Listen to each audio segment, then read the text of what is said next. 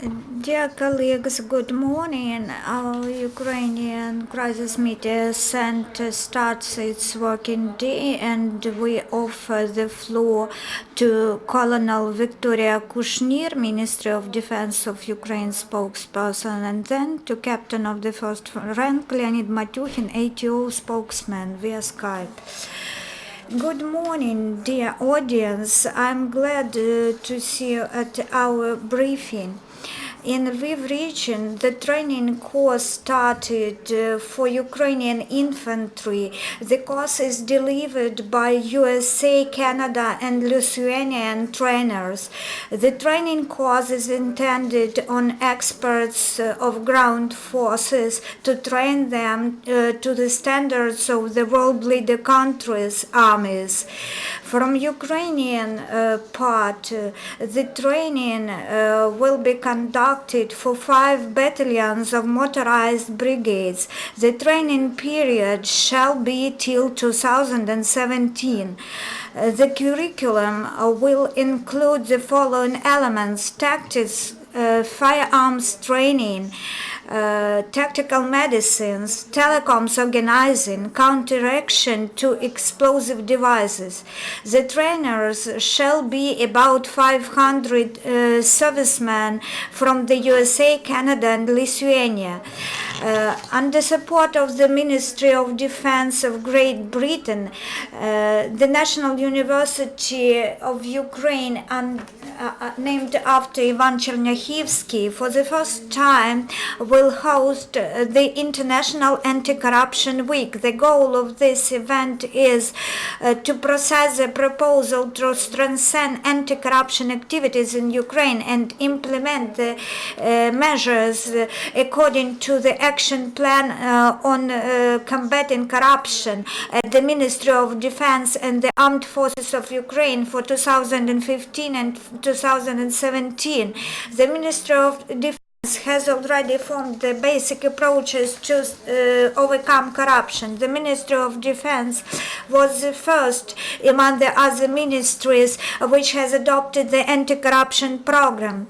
The foreign partners established the scientific center to counteract corruption. During the previous year, the center conducted over 10 stationary and field anti-corruption training courses, including the training courses in the ATO area. These courses covered the audience of over 300 persons. At the same time, in the military defense ministry, the special department has been established where the question the top officials who will be at the offices of the Ministry of Defense. The order on organizing and holding the personnel questioning will be questioned with the use of special devices.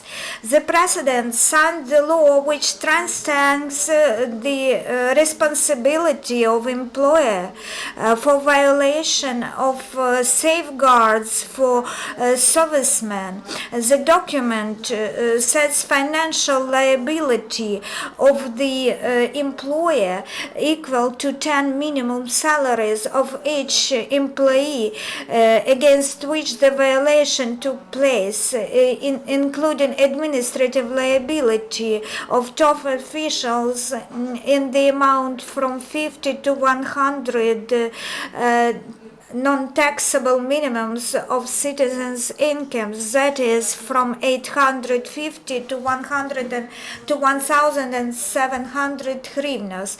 The armed forces units continue to be supplied with the weaponry and military equipment. During the previous months, the army received 200 anti-tank missiles, 4 tanks, 107 road-wheeled machinery, 3 modernized aircrafts, as well as radio technical equipment and engineering equipment and navigation backup support, all of them totaling 375 units. During 2015, the Armed Forces of Ukraine accepted 16 models of weaponry and military equipment. Given the positive results of the state testing, by the end of this year it is planned to accept 7 models of weaponry and military equipment more.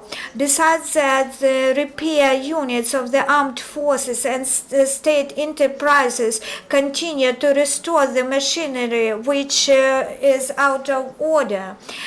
During the previous week, 400 units of weaponry and military machinery were repaired, including 46 units of anti-tank weaponry and machinery, 56 units of airborne forces units, and 100 anti-wheeled machinery.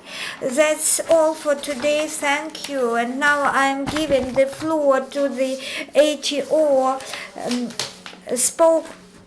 spokesperson, Captain Leonid Matyukhin, who will update you on the dynamics of hostilities in ATO zone in the last 4 days.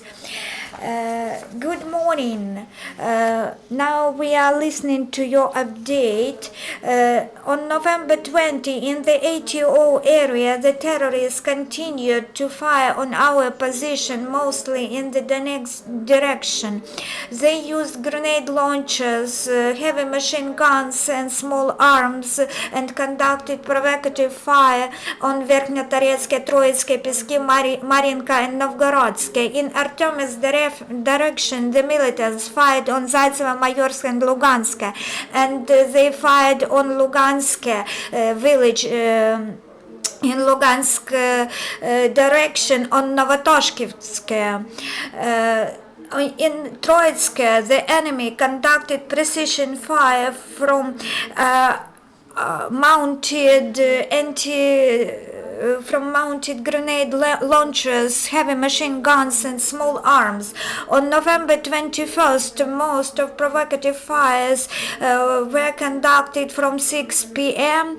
to midnight, and they were concentrated in Donetsk direction. They fired on Marinka and Krasnogorivka from mortars. They used grenade launchers and heavy machine guns and small arms to fire on Avdiivka and Piski. In Artemyevsk direction, they used heavy machine guns to fire on Lozove. In Mariupolsk direction, they fired from grenade launchers and small arms by precision fire on Shirokina. After midnight, in the ATO area, the situation calmed down, but after 6 o'clock a.m., the terrorists continued non-precision fire towards our positions in Donetsk and Artemyevsk directions. The Russian-backed terrorists opened fire in all directions, and again, the most of incidents were concentrated in the Donetsk direction. The mercenaries used grenade launchers, heavy machine guns, and small arms to conduct provocative fire on Piski, Marinka, Avdiivka, and Pervomayske. In Artemyevsk direction, the terrorists fired on Zaitsevo. In Lugansk direction, they used mortars, grenade launchers, and small arms to fire on Shastya, and in Mariupol's direction to fire on Shirokina. The occupants also delivered precision fire on our positions in Marinka, Shirokina, and Chermalik using grenade launchers and small arms. From weapons mounted on armored infantry vehicles and heavy machine guns and small arms, the militants conducted precision fire on our positions near Opitne, and they used 82mm mortars to fire on Sukhodol in Lugansk direction. The situation in the ATO zone was was 10th on November 23rd. The militants conducted fire in all directions along the contact line. As usual, the majority of provocative fire incidents conducted in Donetsk direction. They used grenade launchers, heavy machine guns, and small arms and fired on Opatna, Mariinka, Piski, Nevelska, Novgorodska, and Avdiivka. They used mortars and grenade launchers and small arms to conduct precision fire on Mayorsk, Zaitsevo, Stanitsa, Luganska, Granitna, and Shirokiva. A total of 37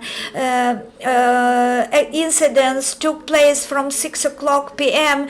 till 6 o'clock a.m. They also fired on Piski with precision fire from sniper rifles, and in Lugansk direction they fired on Shastya from grenade launchers.